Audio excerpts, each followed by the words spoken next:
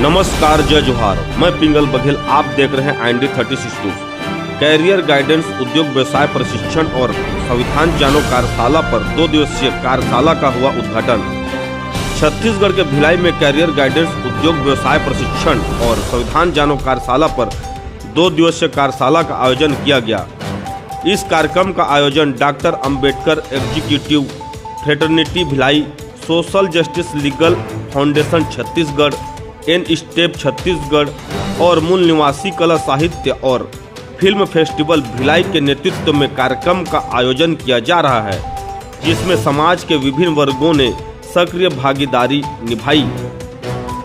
सर्वप्रथम कार्यशाला का उद्घाटन 18 जनवरी को विशिष्ट अतिथि रतनलाल डांगी, IPS महानिदेशक छत्तीसगढ़ पुलिस अकादमी रायपुर, भगवान Gavai business tycoon Pune, SL मात्रे पूर्व जज राज्य औद्योगिक न्यायालय रायपुर, कार्यक्रम की अध्यक्षता कर रहे L उमाकांत, प्रथम CGM SC/ST वर्ग भिलाई स्टील प्लांट एवं Baba Saheb doctor Bhimrao Ambedkar executive fraternity Bhilai, social justice and legal foundation Chhattisgarh, N step Chhattisgarh और मूल निवासी कला साहित्य और फिल्म फेस्टिवल भिलाई के पदाधिकारी एवं उपस्थित समस्त अतिथियों की गरिमामय उपस्थिति में बाबा साहब के तैल चित्र पर माल्यार्पण कर एवं दीप प्रज्वलित कर कार्यक्रम का शुभारंभ किया गया।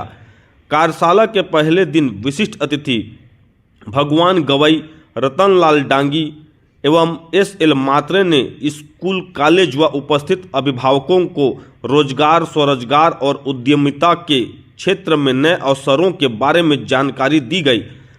बिजनेस टाइकून गवई ने उन्हें व्यवसाय स्थापित करने के लिए आवश्यक कौशल, वित्तीय प्रबंधन और सरकारी योजनाओं के लाभ उठाने की प्रक्रिया के बारे में विस्तार से मार्गदर्शन दिए। IPS पुलिस महानिदेशक छत्तीसगढ़ रायपुर पुलिस अकादमी रतनलाल डांगी अपने उद्बोधन में कहा कि आज की आधुनिक युग में किसी ठोस लक्ष्य की प्राप्ति को लेकर संघर्ष करने की आवश्यकता है। श्री डांगी ने उपस्थित छात्र छात्राओं व बेरोजगार युवाओं का जोश भरते हुए अपने लक्ष्य की प्राप्ति करने के अनेकों टिप्स दिए। वहीं श्री मात्रे ने अपने उद्बोधन में कहा कि वकालत एवं जज से संबंधित किसी भी प्रकार की जानकारी के लिए उनसे संपर्क करने को कहा।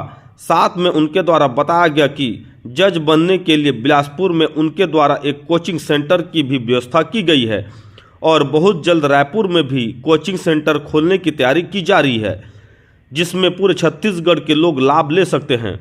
कार्यक्रम के दौरान रतनलाल डांगी, IPS पुलिस महानिदेशक पुलिस अकादमी रायपुर के द्वारा स्वलिखित गौतम बुद्ध, बाबा साहब डॉक्टर भीमराव अंबेडकर एवं गुरु घासीदास बाबा जी की जीवन पर आधारित पुस्तक का विमोचन किया गया।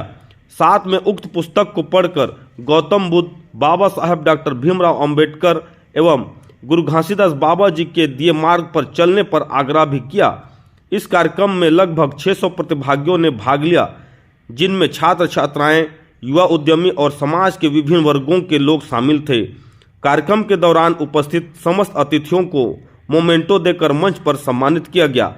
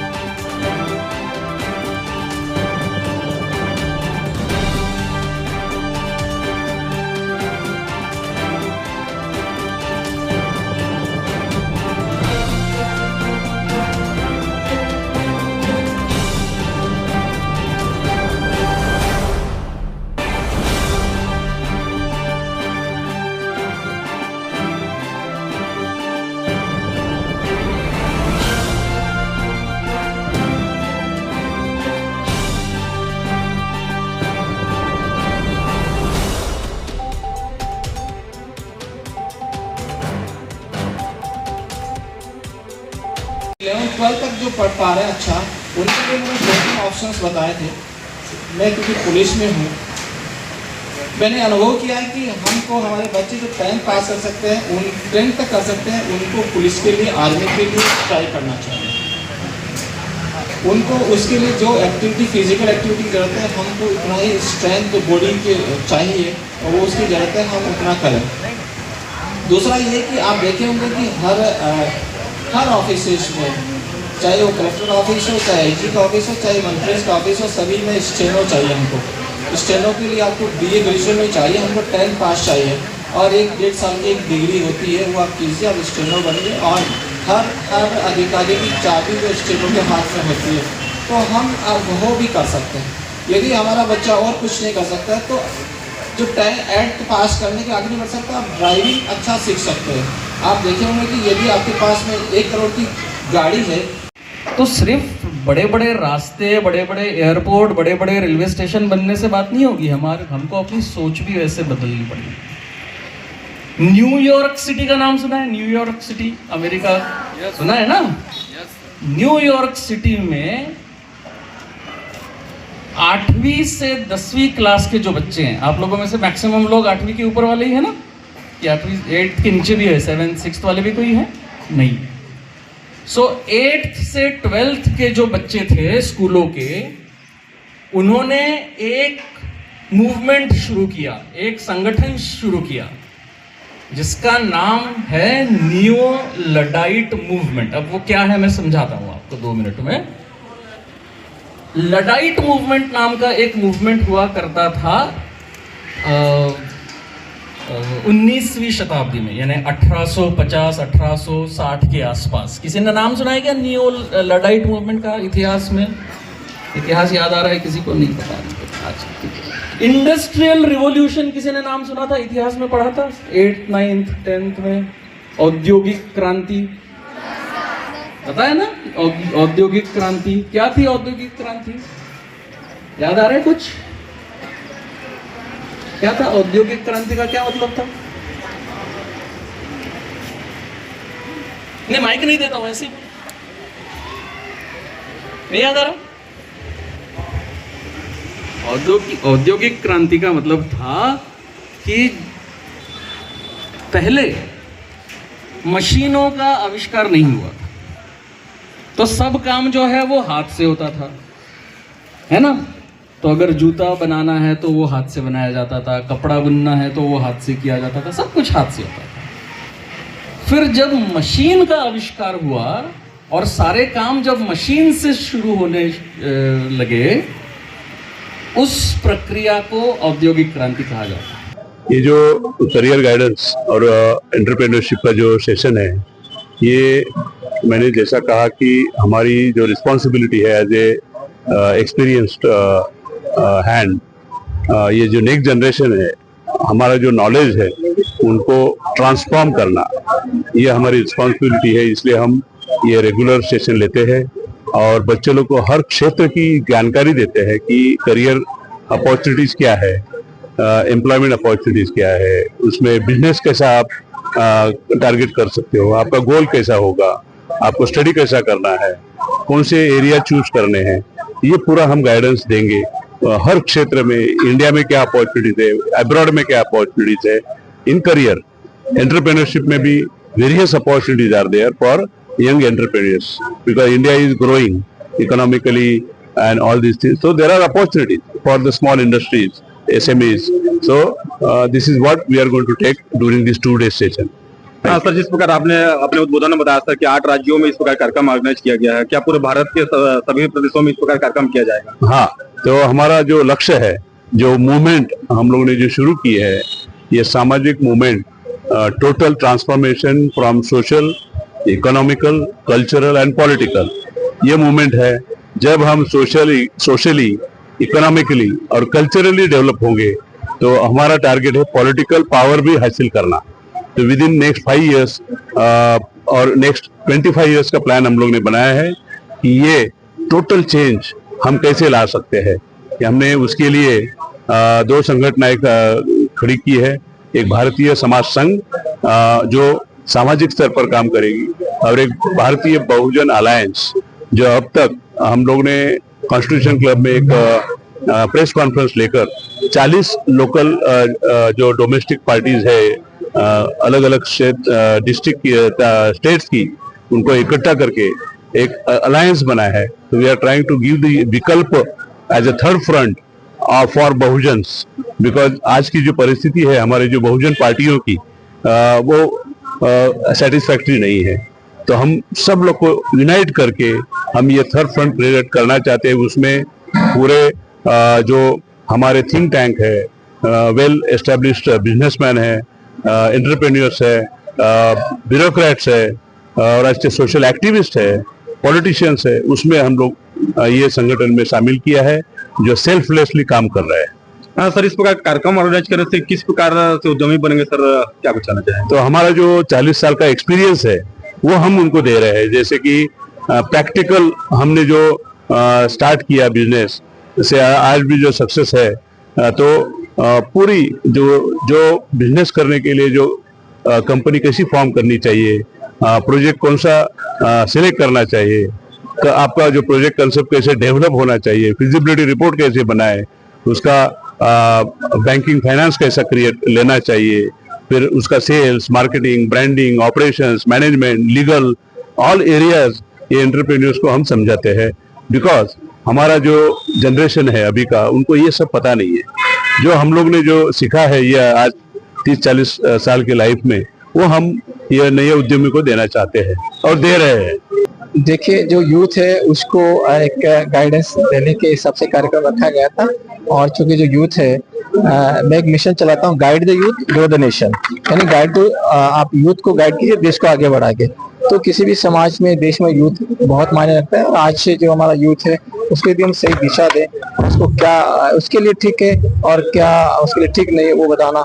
तो उसी पर्पज से जो है हमारे यूथ है उनको एक दिशा निर्देश जो हमारा अपना अनुभव रहा पिछले टाइम का, उसको भी हमने शेयर किया, जिससे कि उनको एक मोटिवेट करके और वो आगे बढ़े। हाँ सर, जिस प्रकार आज आपने 3 पुस्तकों का विमोचन किया सर, उस संबंध में क्या कुछ कहना चाहेंगे सर?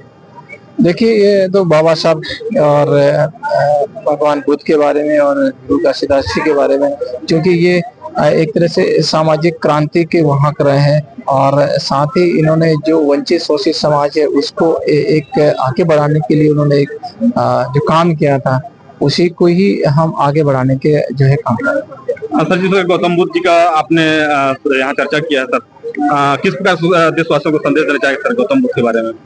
मैं उसके बारे में यही देना चाहूंगा कि जैसे बुद्ध ने जब तक अपना लक्ष्य पा नहीं लिया तब तक वो चुनौतियों का सामना कर रहे थे, और पाने के बाद में भी उनका जो मकसद था, पे बैक टू सोसाइटी, समाज को वापस लौटाओ, और उसी के लिए उन्होंने राजपाट छोड़ा। और ये सबके लिए एक एग्जाम्पल है। और साथ ही उनका एक अपो दीपो भव, यानी अपना दीपक खुद बनिए। मतलब उन्होंने एक व्यक्ति को ये कहा कि आपको कहीं बाहर जाने की जरूरत नहीं है, बल्कि आप में ही वो इतनी क्षमता है, शक्ति है, आप जो चाहे वो पा सकते हैं। तो जो यूथ है उसके लिए बाबा साहब, भगवान बुद्ध बहुत बड़े आदर्श हैं। और मैं तो कहना चाहूंगा हर यूथ को, जब भी उसको लगता है कि मैं अभी बहुत बड़ी चुनौतियां इसका सामना मैं नहीं कर पा रहा हूँ, तो उनको भगवान बुद्ध और अम्बेडकर जरूर पढ़ना चाहिए। सर, जिस प्रकार छत्तीसगढ़ जो युवा वर्ग के लोग हैं सर, आपको कहीं न कहीं अपना यूथ आइकॉन मानते हैं और आपसे प्रेरणा लेते हैं सर, उस संबंध में युवाओं को किस प्रकार प्रेरणा देना चाहेंगे सर, क्या कहना चाहेंगे? देखो, जो यूथ है, मैंने कहा कि जो यूथ है वही इस देश के लिए, इस स्टेट के लिए बहुत मायने रखता है। और जब यूथ सही दिशा में चल रहा है तो हम जैसे पुलिस की भी जरूरत नहीं पड़ेगी, जितने भी आप देखते हैं। तो मैं इस आपके माध्यम से पूरे यूथ से कहना चाहूंगा कि वो सही दिशा में चले, और जो आपके हित में, समाज के हित में, राष्ट्रीय हित में है, वही काम करें। हमने ये कार्यक्रम जो है शेड्यूल कास्ट, शेड्यूल ट्राइब और बैकवर्ड क्लास के लिए खास कर रखा है। उनके बच्चों का जो कैरियर है गवर्नमेंट समाप्त करते जा रही है। भविष्य में हमारे ये समाज के जो बच्चे जो है क्या करें, किधर चुने, किधर जाएं, इसलिए हम जो बुजुर्ग हैं या हम जो बड़े लोग हैं, समाज के जो अगुवा हैं, हमारा फर्ज बनता है कि हम समाज के बच्चों को मार्गदर्शन दें, पेरेंट्स को मार्गदर्शन दें। इसलिए ये कार्यक्रम हम लोगों ने संयुक्त रूप से आयोजित किया है। सर, इस प्रकार के कार्यक्रम आयोजन करने से सर कितने लोगों को लाभ मिल पाएगा और क्या कहना चाहिए संबंध में? दीपक जलाना हमारा काम है। अंधेरे के लिए एक दीपक काफी होता है। और मेरा ऐसा विश्वास है कि समाज निश्चित रूप से ऐसे कार्यक्रम से लाभान्वित होंगे, हम आगे बढ़ेंगे और लोगों को इसका लाभ मिलेगा। सबसे पहले तो सभी दर्शकों को मेरा सादर जय भीम, जय संविधान। और सबसे पहले आपको धन्यवाद कि आप हमारी बात को, हमारे विचार को बाकी लोगों तक पहुंचाने के लिए प्रयास कर रहे हैं। आज जो है भिलाई में 2 दिवसीय जो है कार्यशाला आयोजित है, जिसमें बच्चों के करियर गाइडेंस के लिए हमारे जो समाज के जो चिंतनशील लोग हैं, बड़े बड़े अफसर हैं, जज हैं, IAS IPS हैं, व्यवसायी हैं, सब यहाँ इकट्ठे हुए थे। और आप जान रहे हैं कि देश में सरकारी नौकरियां लगातार खत्म हो रही है। प्राइवेट क्षेत्र में हमारे पास कोई रोजगार पैदा करने वाले कोई उद्योग धंधे कम से कम ST SC और BC समाज में नहीं है। तो और दूसरी बात, हमारे बच्चे बहुत स्किल्ड है, लेकिन उनको प्रॉपर मार्गदर्शन नहीं मिल पाता कि वो अपने करियर में आगे किस क्षेत्र को करियर के रूप में चुने। तो उनके पास जो है मार्गदर्शन की कमी है, और उसके अतिरिक्त उनके पास आर्थिक रूप से भी वो सक्षम नहीं है। तो दूसरे जो समाज है वैसा आर्थिक रूप से सक्षम नहीं होने के कारण इनको बाहर में कोई गाइडेंस नहीं मिल पाता है। तो हम लोगों ने जो एक बीड़ा उठाया सोशल जस्टिस लीगल फाउंडेशन के माध्यम से, और भी यहाँ पे जो AEF है, अम्बेडकर फ्रेटर्निटी एग्जीक्यूटिव है, स्टेप है, मूल निवासी कला साहित्य फेस्टिवल है, ऐसा करके 4 संगठनों ने मिलकर ये भिलाई में 2 दिवस का कार्यक्रम रखा है। इसमें पहला दिन हमने बच्चों के करियर गाइडेंस के लिए रखा, बच्चे और उनके जो पेरेंट्स हैं उनके लिए, और कल का दिन पूरा जो है उद्योग स्थापित करने और जो स्थापित कर चुके हैं उनको उन उद्योग धंधों को कैसे डेवलप किया जा सकता है उस पर जो है बात रखने के लिए मतलब जो हमने कार्यक्रम रखा है। और इसमें देश के जाने माने उद्योगपति भगवान गवई साहब ने शिरकत किया है। हमारे आदरणीय SL मात्रे साहब जो एक्स जज है राज्य औद्योगिक न्यायालय के, वो उपस्थित रहे। हमारे रतन लाल डांगी साहब IPS हैं जो IG हैं, और दिलीप पास्टिकर साहब है विभागीय जांच आयुक्त है IAS है, और अनुराग मेश्राम जी है जो सेंट्रल रेलवे मुंबई के PRO है। तो ये ऐसे बड़े बड़े अफसर और जो है लोग आए थे, और उन्होंने जो है हमारे बच्चों को 8वीं से लेकर जो ग्रेजुएशन पोस्ट ग्रेजुएशन कर रहे हैं उन बच्चों को करियर के संबंध में गाइडेंस दिया, और परीक्षा के बारे में कैसे तैयारी करना है, अपना बौद्धिक विकास कैसे करना है।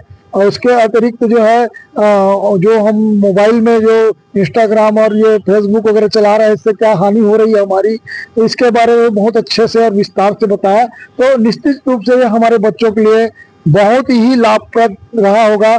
आज हमारे लगभग 500 मतलब लोग जो है इस कार्यशाला में उपस्थित थे, और ये हमने तो 200-250 बच्चों का ही उपस्थिति का अनुमान लगाया था और उसके हिसाब तैयारी की थी। लेकिन हम अपने आप को बहुत सफल महसूस कर रहे हैं कि आज हमारे बच्चे जो है बहुत बड़ी संख्या में यहाँ पे कार्यशाला में उपस्थित हुए थे। सर, इसके पश्चात अगला कार्यक्रम कहाँ, कौन से जिला में करने के लिए प्लान किया है, क्या बताना चाहेंगे? हम लोग अभी लगातार जो है ये संविधान का हीरक जयंती वर्ष है, गोल्डन डायमंड जुबली ईयर है, और 26 नवंबर 2025 को ये हमारा जो है अंतिम वो होगा, वो अंतिम दिन होगा उसका हीरक जयंती वर्ष का। तो हम लोग जो है ये पूरा साल भर जो है इस तरह के कार्यक्रम आयोजित करने की योजना बना रहे हैं। अगला कार्यक्रम हम रायपुर में, फिर बिलासपुर में, फिर अंबिकापुर में, फिर जगदलपुर में, ऐसा हम प्लानिंग कर रहे हैं। और हम मतलब गांव स्तर तक जो है हमारी जाने की योजना है, लेकिन पहले हम संभाग स्तर पर, फिर जिला स्तर पर, उसके बाद फिर तहसील और ब्लॉक स्तर पर, फिर लास्ट में गांव स्तर तक भी हम हमारी जो करियर गाइडेंस और ये जो मार्गदर्शन शिविर है, कार्यशाला है, इसको वहां तक लेके जाएंगे।